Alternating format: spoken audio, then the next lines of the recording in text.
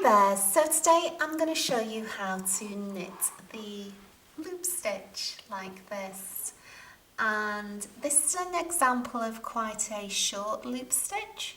You can see that my finger just fits through it, and here is an example of me knitting a much longer loop stitch, and you can knit the loop stitch to any desired length, and I'm going to show you how to do that. So let's get going. So following the pattern, and when you get to a point where it says to make a loop stitch, all you do is you put your needle through the yarn as if you were going to knit a stitch, and I do have more videos on how to knit and purl and basic things like that you can have a look at down below. So you go as if you're going to knit the stitch, you wrap your yarn around the needle, and then you take your yarn and wrap it around your thumb and take the yarn back through where you've just come from with the yarn into the back of your needles. And at this stage you can decide what length you want your actual loop to be. So it could be a very small loop or it could be a very long loop.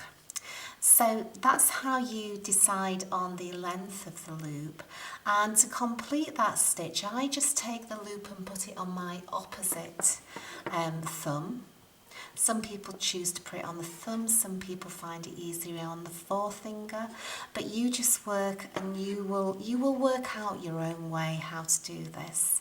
So I'm just popping it onto my thumb there, and then I'm going to go back and I'm going to knit into this stitch again, and this is actually going to create another stitch that is just here. So we've just created two stitches, and we go and we take this stitch, the first one that we created, and lift it over the second and off the end of the needle. So let me show you all of that again, because that was quite a lot to take in. So we put our needle through the yarn as if we were going to knit, wrapping it round just as if you were going to knit, and then wrap that over your thumb like so, and the yarn goes back through the middle of the needle to the back of your work. And then at this stage what we're going to do is we've now, did you see I took the loop from this thumb to this thumb, because what we're going to do now is we're going to knit back into that stitch and thus creating a second stitch. And then to lock that loop in place, we take that first stitch we created over the second and drop it off the end of the needle. So let me show you that again. So just as if you were going to knit, and you wrap your yarn through the needles and around the thumb and the yarn back through the needles again. I then pop that onto my other thumb because that is just what I find the easiest, or some people will find it easier to go onto the forefinger, and then we knit back into that stitch again. Yarn around, and there you've created your second stitch. And then to lock this loop in place, we lift the stitch over and off the end of your knitting needle. And that is how you create your loop stitch.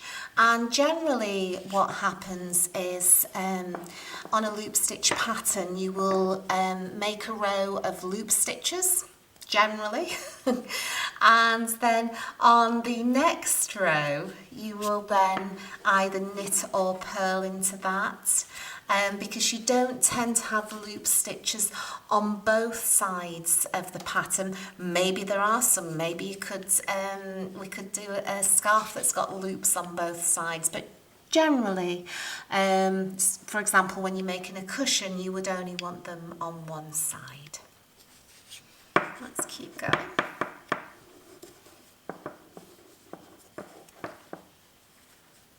So when you've got to that point, just to recap, it can get quite tight with your loop stitch, and especially when you're first starting out with loop stitches, you'll be like, oh, you'll want to hold all of your yarn really tightly, but try and just keep things, you know, a little bit relaxed, because what can happen is if you're knitting just on the ends of the needles, your stitches become quite small, and then you can really start battling with the yarn. So, you know, just try and just take everything nice and easy, and your stitches will remain nice and loose, and it'll mean that it's much easier for you to work with. There you go, and we just lift that one over.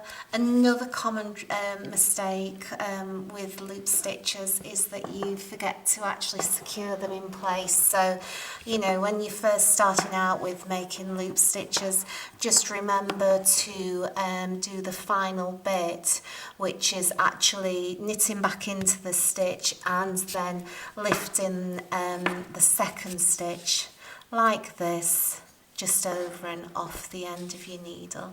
It's really easy to just get a little bit carried away and just to forget about that.